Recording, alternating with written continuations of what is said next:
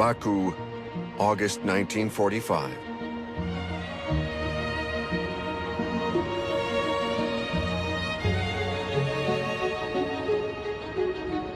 After 4 years of devastating war, the first demobilized Red Army soldiers finally come home. But their happiness is bittersweet. Many of their comrades died on the battlefield. They will never experience the joy of seeing familiar smiling faces, or holding their loved ones in their arms, or coming back to a cozy home and a town spared by the fighting. However, their town came very close to being reduced to ashes and rubble. Since the onset of the war in the West, the various adversaries have taken turns at threatening Baku with total destruction. Nazi Germany, of course, but also England, France, and even Big Brother Moscow. To all involved at one point or another, Baku has been targeted for destruction because of its great wealth. Oil.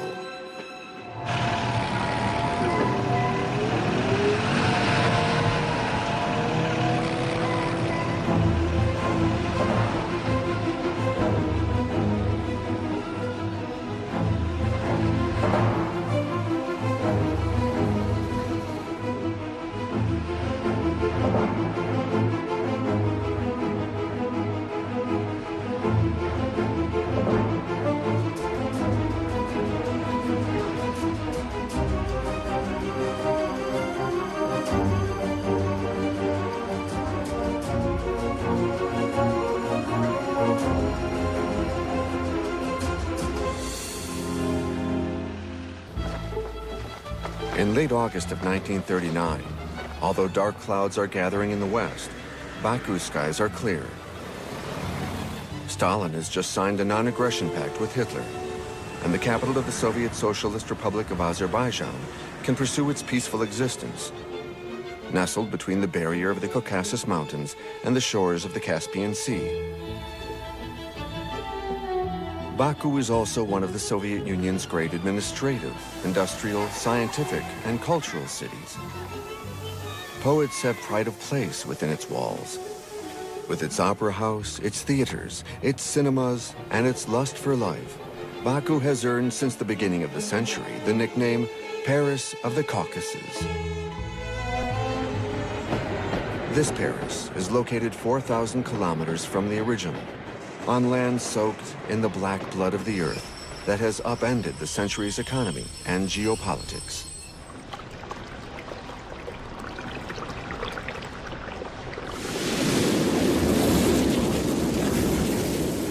For as long as anyone can remember, the naphtha has always been visible, rising over the Absheron Peninsula.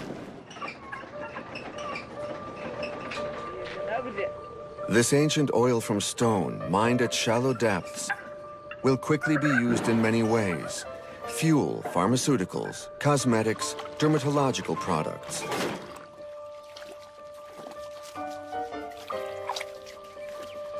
But industrial exploitation doesn't truly begin until 1847, with the invention in Azerbaijan of the world's first mechanized drills.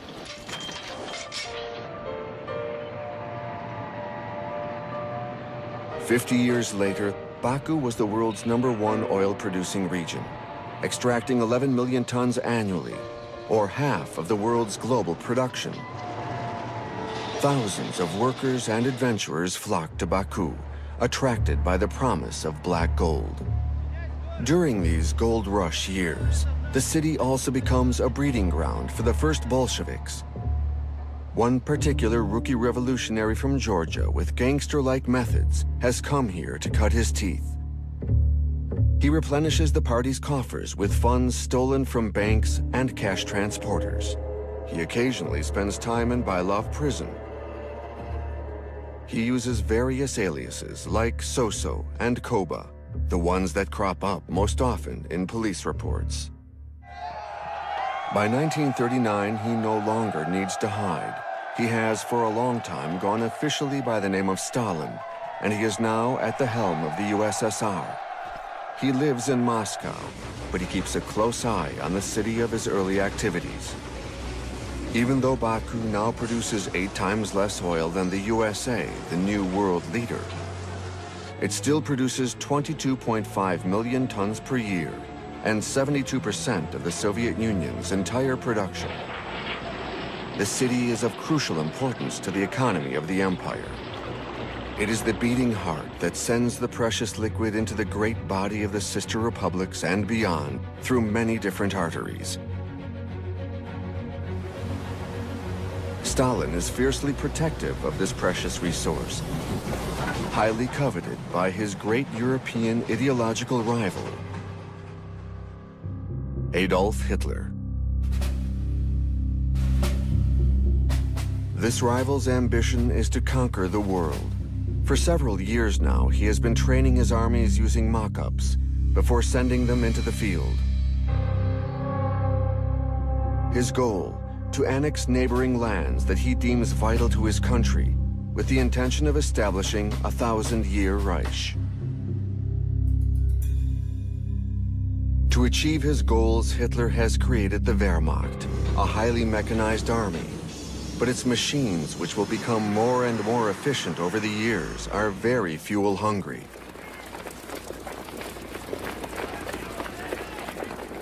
To go to war, taking civilian consumption into account, Hitler must find, according to his experts, at least 9 million tons of fuel for the year 1939 alone.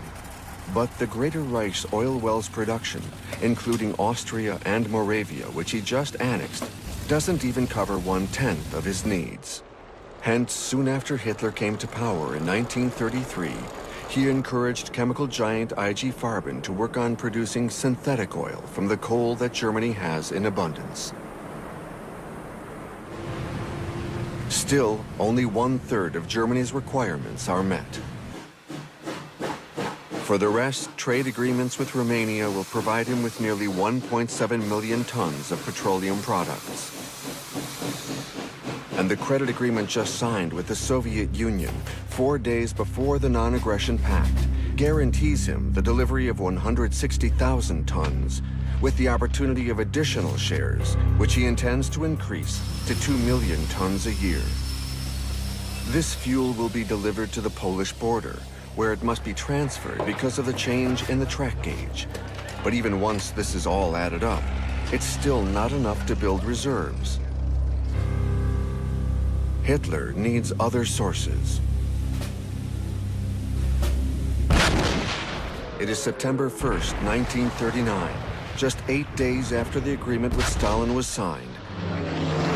Without a prior declaration of war, Hitler launches into Poland a staggering mass of mechanized equipment, including 1,600 fighter planes and bombardiers, and 2,600 panzers. He has just introduced a new kind of warfare, the Blitzkrieg, which reduces fuel consumption thanks to its swiftness. His primary goal is to take back the Danzig corridor, which Germany lost in the Treaty of Versailles in 1919.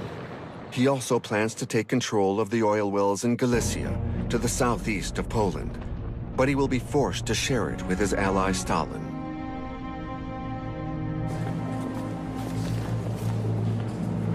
France and England, the two great European democracies in the West, declare war on Nazi Germany, bound by their commitments to Poland.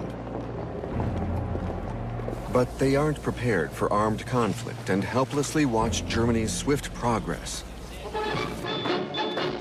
In just 1 month, German forces dominate the Polish army, forced to surrender despite its solid reputation.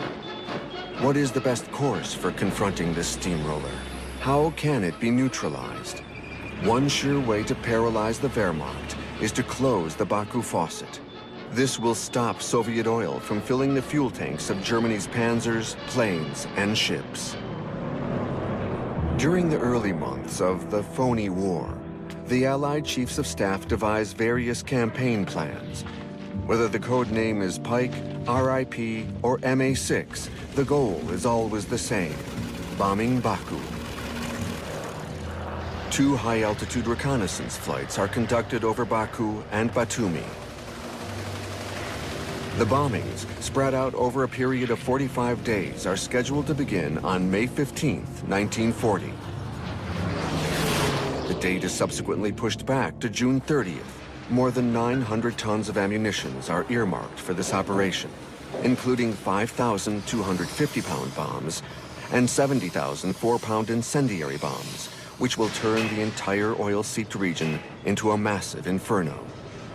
Baku will be wiped off the map, no matter what will happen to its population. The people of Baku follow these events from afar. They don't feel directly concerned by this war begun in the West. They believe themselves to be sheltered from danger thanks to the German-Soviet non-aggression pact. And life goes on as usual. They are completely unaware of the terrible threat hanging over them, which could shake up their lives forever. Fortunately for them, unexpected events in the West come to their rescue.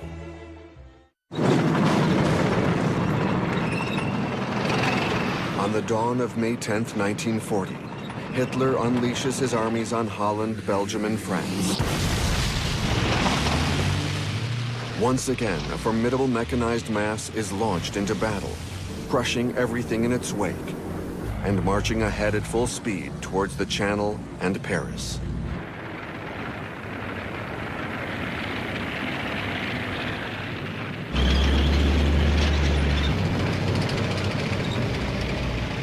Allied strategists are convinced that this pace cannot be sustained and that fuel will soon run out. However, they forget to neutralize the main storage depots located in Belgium, the Netherlands, and France, as well as the distribution networks, so the Germans simply help themselves. Their spoils easily cover their own consumption.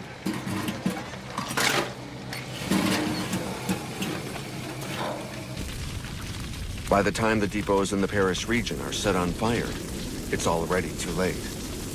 Defeat is inevitable.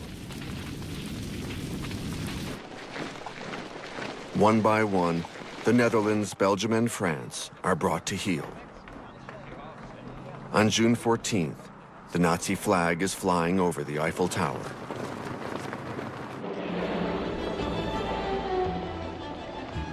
Baku's residents are astonished to learn that they have just escaped a hellish fate.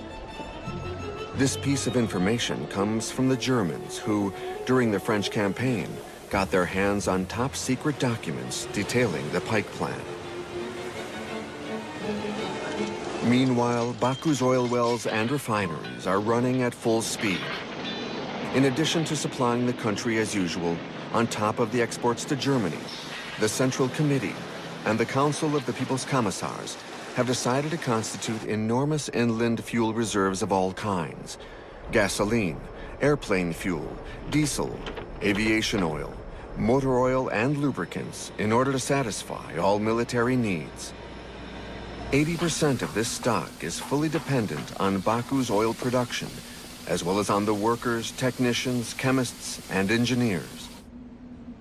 But with the Anglo-French menace barely avoided, they are unaware that new threats are looming on the horizon. In the spring of 1941, Hitler receives an alert from his supplies services. The army will be short on oil by August.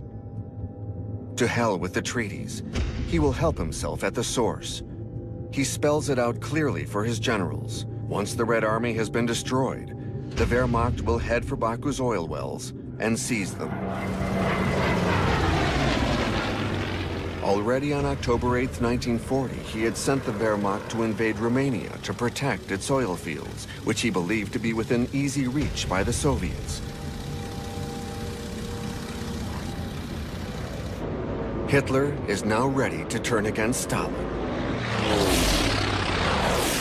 On June 22, 1941, breaking his promise, he launches Operation Barbarossa. 3,200 planes, 3,300 tanks, 600,000 motor vehicles, 625,000 horses, and 3 million men descend without warning upon the Soviet Union. Once again, Hitler is counting on the surprise factor and the massive number of troops to wage a lightning war with 3 initial targets: Leningrad in the north, Moscow in the center, and Kiev in the south. Once again, he will have to move quickly. His gasoline reserves will only last through 3 months of operations, and there is only enough aviation fuel to keep planes in the air for a month. From now on, he can no longer count on the Soviet deliveries. On his side, Stalin is shocked. Despite the many warnings, he has refused to believe up to the very end that his trade partner could possibly betray him. He even went so far as to shoot a German communist deserter who had come to warn him. He also ignored the words of caution spoken by Ramsey, his special agent in Japan. Better known as Dr. Zorge, this man was a native of the Baku region, who even gave him the exact date of the invasion. Once Stalin regains his composure, he calls upon the patriotism of all Soviet peoples and of the Red Army, which marched so proudly through Red Square just a month and a half ago. He's able to pull together 4.5 million men, more than 20,000 tanks, and 15,000 planes to fight the invader. Stalin declares to President Roosevelt's personal envoy, the fate of the war depends on gasoline motors. He, for one, has no fuel supply issues. He can count on Caucasian oil. In Baku, astonishment quickly gives way to commotion.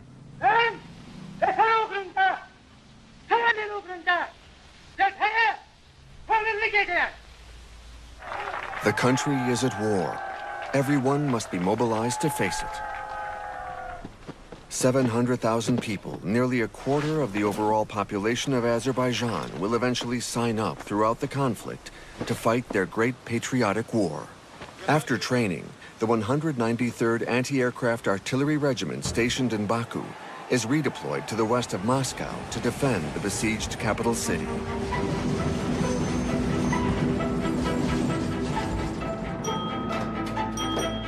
Women everywhere volunteer to replace the men who have left for the front.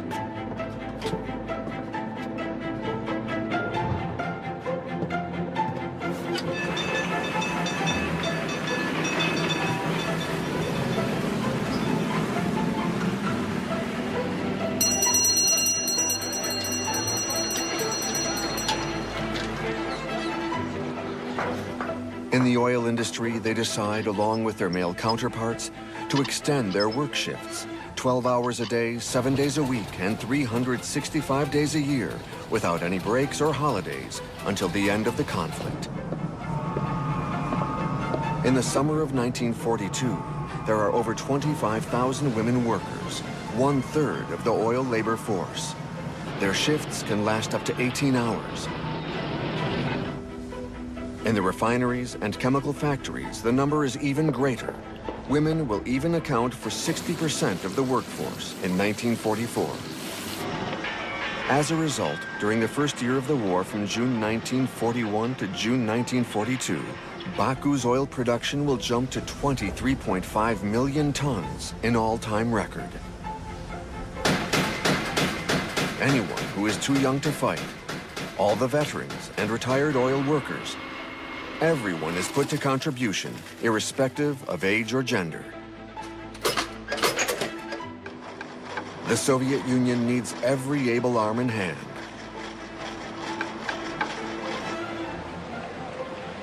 The mothers need to be free to work, so the state takes care of the children. But it can't stop the ghost of war from flying over the nurseries.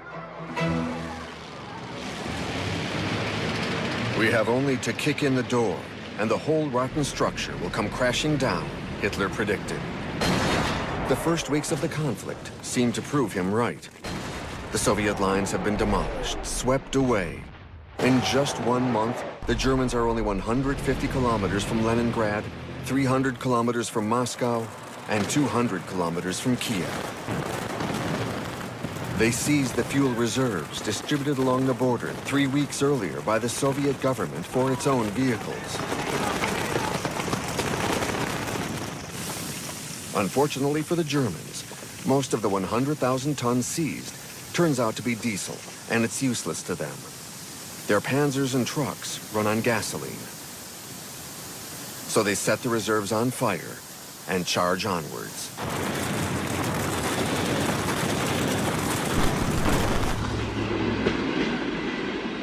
Baku converts to a wartime economy. The factories working for the oil industry begin to manufacture flamethrowers, machine guns, Katyusha rocket launchers, nicknamed Stalin's organs, parts for mortars and assault rifles. They also produce ammunitions of all types and sizes, shells, anti-tank landmines, incendiary bombs, grenades, and even Molotov cocktails at a rate of up to 10,000 units per day.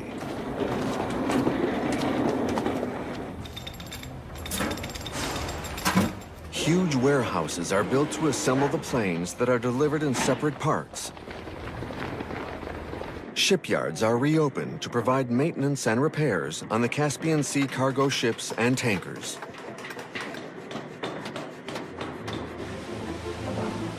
Thanks to a new process invented by the prominent Azerbaijani chemist Yusuf Mammadaliyev, the oil refineries are now able to produce a high-octane airplane fuel that greatly improves the performance of the Soviet Air Force and allows its pilots to compete head-on with the Luftwaffe aces.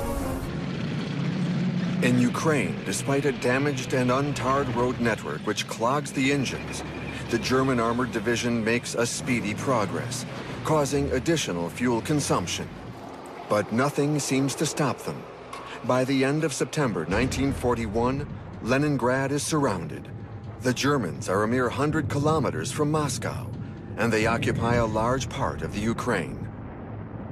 After 3 months of campaign, Hitler can boast about making 2.5 million prisoners and destroying or capturing 22,000 cannons, 18,000 tanks, and 14,500 planes. He has no doubt he will soon seize the capital of the Soviet Empire.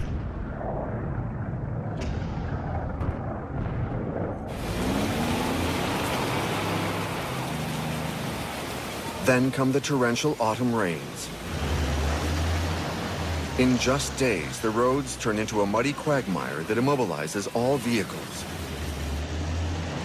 Even the tanks have trouble getting through because their tracks are too narrow. The Rasputitsa, the muddy period, slows the Wehrmacht down, ultimately paralyzing it.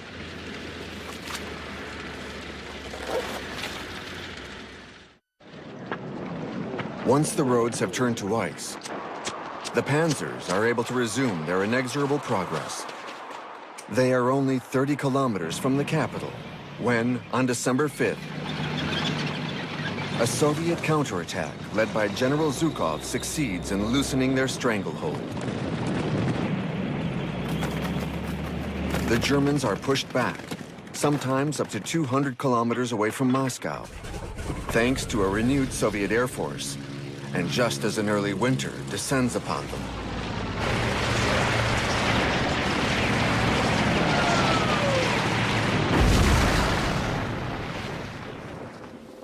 Temperatures quickly drop to minus 30 and 40 degrees Celsius. Exceptional weather conditions that freeze men and equipment, vehicles and weapons. The soldiers do everything they can to keep warm.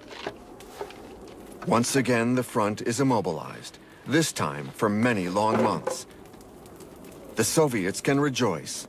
The Blitzkrieg has failed. As long as the Volga remains navigable, the Baku tankers continue to supply Moscow with all kinds of fuel, particularly for the planes, and cover 80% of the Red Army's requirements.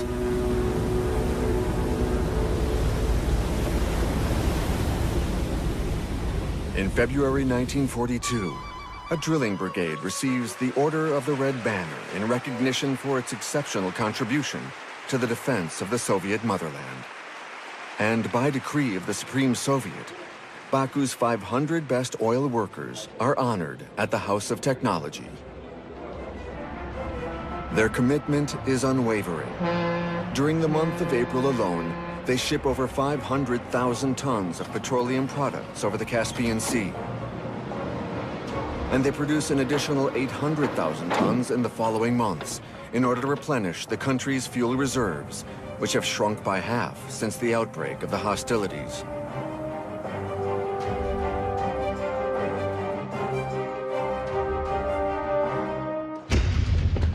At his headquarters in Vinnytsia, Ukraine, Hitler revives the plan he had presented a year earlier to his general staff, christened Case Blue. The objective, to take control of the Caucasian oil fields, will have a double impact. It will bring Stalin to his knees by depriving him of fuel deliveries and solve Hitler's own supply issues. He even sets the capture of Baku on September 25th, a prediction that no one in his entourage is allowed to doubt about. A propaganda film even shows that Hitler has jumped the gun and is already cutting himself a large slice of the proverbial Soviet pie. First, the events seem to prove him right. In only 2 months, the Southern armies capture Sevastopol and complete the occupation of the Ukraine.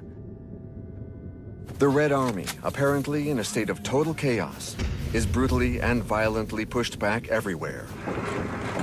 But his chief of staff warns him, at this rate, the oil reserves will be gone by mid-September. Hitler decides to accelerate his plan and split up his troops. General Paulus receives the order to block all traffic on the Volga to the north of Stalingrad, while General List is to capture the Kuban and seize the Caucasian oil hubs. If we don't take Makeup and Grozny, I'll have no choice but to end the war, Hitler reminds them. Rostov falls on July 25th, and the Germans cross the Don with a front line stretching over 300 kilometers. They cut off the pipeline and the railway lines that supply the Red Army and forge ahead at incredible speed. Hitler is jubilant. The Russian is finished, he says. But once again, supplies can't keep up with the speed of operations.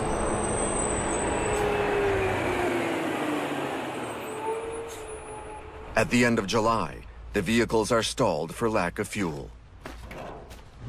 General Paulus has to suffer through an 8-day wait 300 kilometers from Stalingrad until he can refuel and set off on the road to conquest again. The German threat forces Stalin to react. He has Order Number 227 read to all units, not one step back. He summons Nikolai Babakov, the brand new Deputy People's Commissar to the oil industry. Babakov is a native of Baku with a diploma from Azerbaijan's Petrochemical Institute. Stalin gives him his orders. Hitler is telling everyone that if he doesn't get his hands on Caucasian oil, he'll lose the war, he says. You're flying immediately to Caucasia to help him lose this war.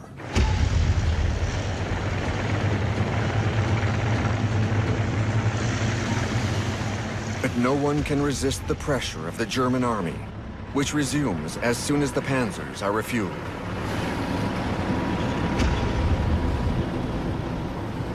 The cities of the Kuban fall one after the other. On August 9th, General von Kleist invades Maikop, only to discover that the oil fields are actually 50 kilometers farther south. Regardless, Radio Berlin rushes to announce that Maikop's oil, 19,000 tons produced daily, will now supply the Reich. But when he reaches the heart of the petroleum basin a week later, von Kleist discovers that almost all the wells were sabotaged.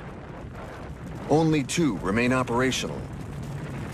However, after the oil brigade restores the wells, they still won't manage to produce even 10 tons a day.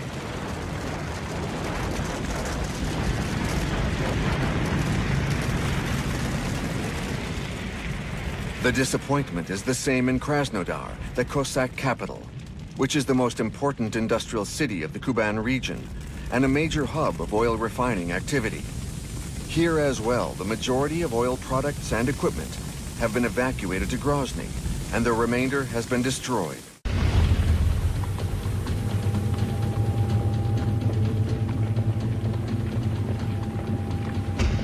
Despite this setback, the Germans continue east towards Grozny and south towards the Black Sea. They travel through the Caucasian mountain passes, manually hauling heavy artillery at altitudes of up to 3,000 meters.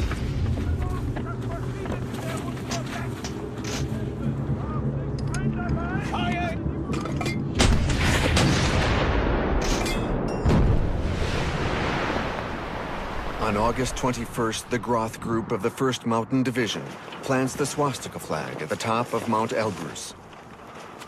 At 5,642 meters, this is the highest peak in the Caucasus and Europe.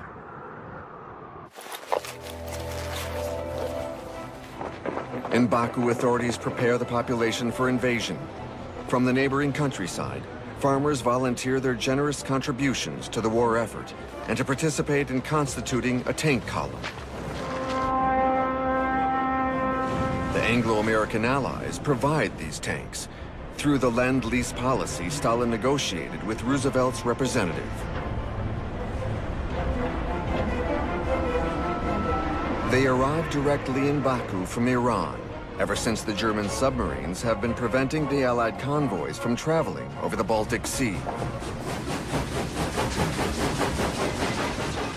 Until the end of the conflict, important military equipment will transit through the port of Baku, including almost 5,000 tanks, some of which are allocated to defending the Caucasus. Stalingrad is also preparing for a German offensive. General Paulus's 6th Army is only 50 kilometers away. On August 23rd, the city sees Air Fleet 4, led by von Richthofen, who bombed Guernica, appear in its skies. 600 planes have begun making their deathly rounds, sparing almost nothing and no one. The 9 massive oil reservoirs are a prime target for German pilots. Millions of tons of fuel go up in smoke, a filthy, black, acrid smoke that will float in the air for days.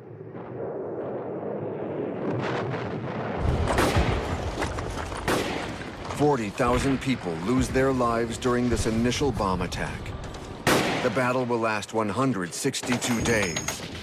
162 days of relentless urban guerrilla warfare, during which the Germans will conquer up to 90% of the city, meter by meter, house by house.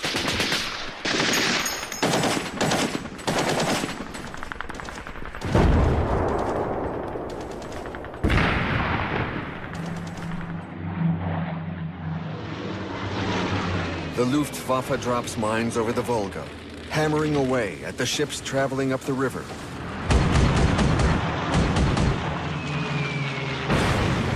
It will soon control traffic all the way to Astrakhan, but will not succeed in fully blocking it. Braving the air attacks, the Kasp Flot and Kasp tanker sailors based in Baku incessantly continue delivering food, fuel, and war material throughout the siege of Stalingrad.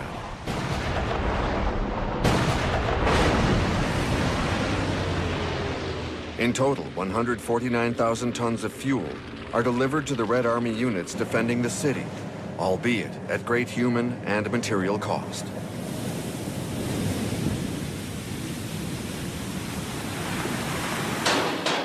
When the sailors of Baku run out of ships, they inaugurate a new means of transportation.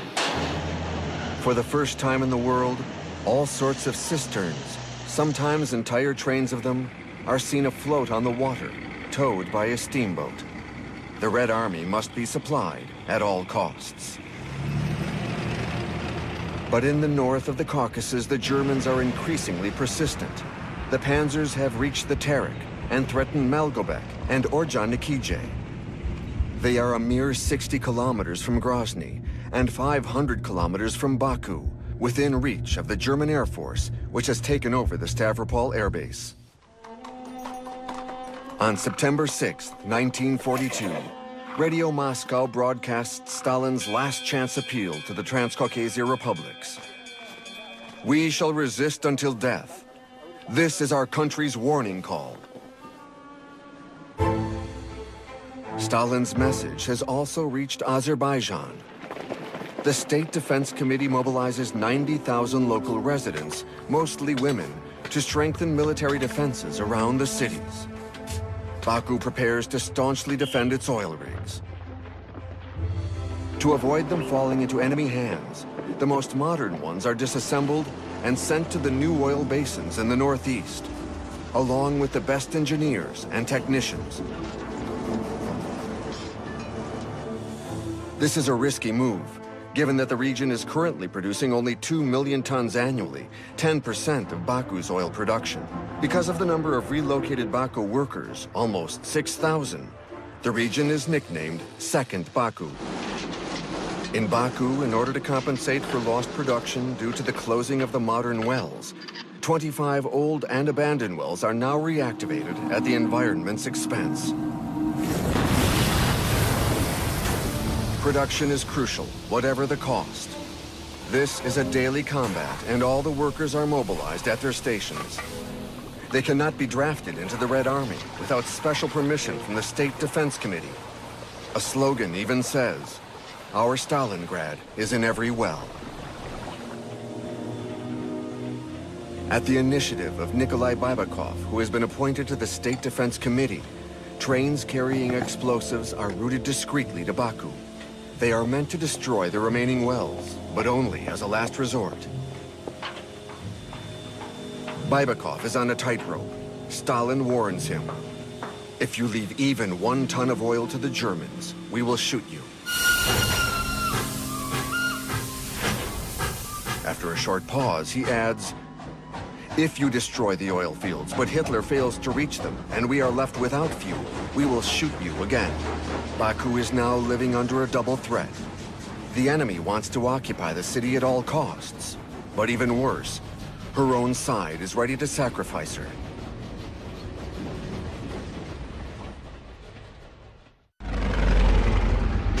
In North Caucasia, air refueling makes it possible for the panzers to set off again. But they are now confronted by stronger resistance on behalf of the Soviets, who bomb Stavropol. To avoid being trapped, the Germans will soon have to retreat. Hitler realizes he will not succeed in capturing Baku, and that this year's race for oil is over. On his orders, Richthofen and his remaining 123 working bomber planes launch a series of raids on Grozny, bombing it heavily between the 10th and the 12th of October.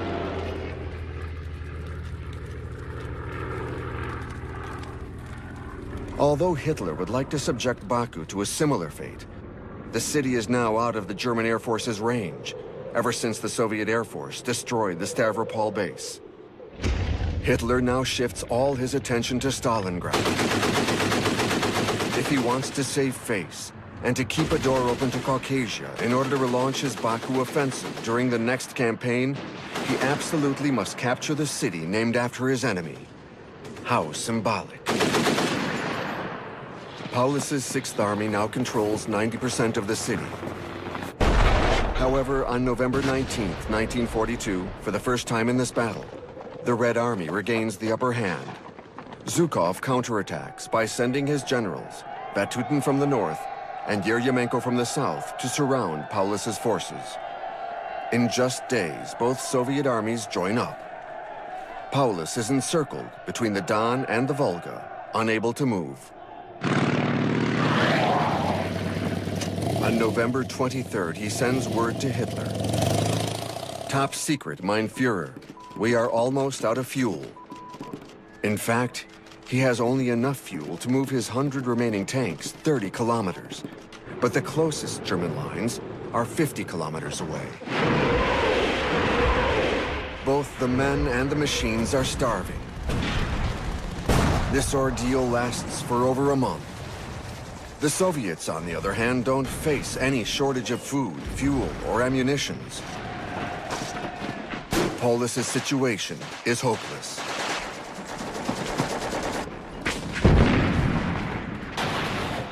On January 31st, 1943, he surrenders with part of his 24 generals and of the remaining 110,000 survivors of his army, followed 2 days later by the last fighters.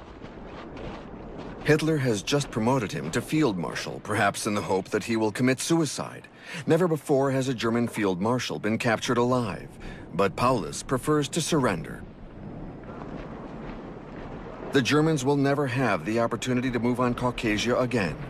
Never again will they be a threat to Baku, which, despite a drop by half in its oil production due to the relocations, will keep sending to the Red Army thousands of kilometers of rail cars of oil.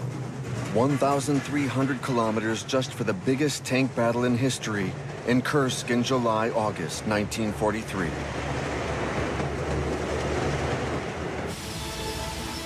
Baku, now safe from harm, receives some famous travelers. In November 1943, Stalin passes through on his way to the Tehran Conference with the Allies. Rumor has it that before leaving, he will insist on visiting the Bailov jail, surely reminiscent of his turbulent youth. And de Gaulle in November 1944, on the way to Moscow to meet Stalin. During a 24-hour layover, he is invited by local officials to discover the treasures of the Azerbaijani opera.